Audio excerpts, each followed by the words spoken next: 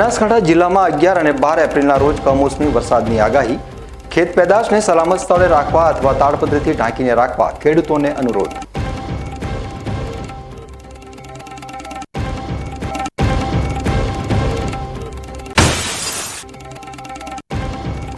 કાંકરેજ તાલુકાના રાણકપુર નજીક નર્મદા કેનાલમાં 2 સંતાન સાથે માતાએ ઝંપલાવ્યું।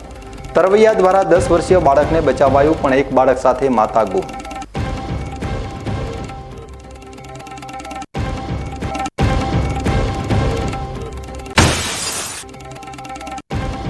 ધાનેરા તાલુકાના રાજોડા ગામ ખાતે ખેત તલાવડીમાં ડૂબવાથી યુવાનનું થયું મોત।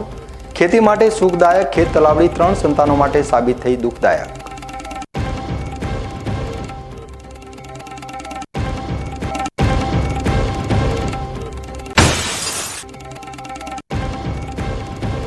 ચૈત્રી નવરાત્રિમાં શક્તિપીઠ અંબાજી મંદિર પરિસરમાં અખંડ ધૂન।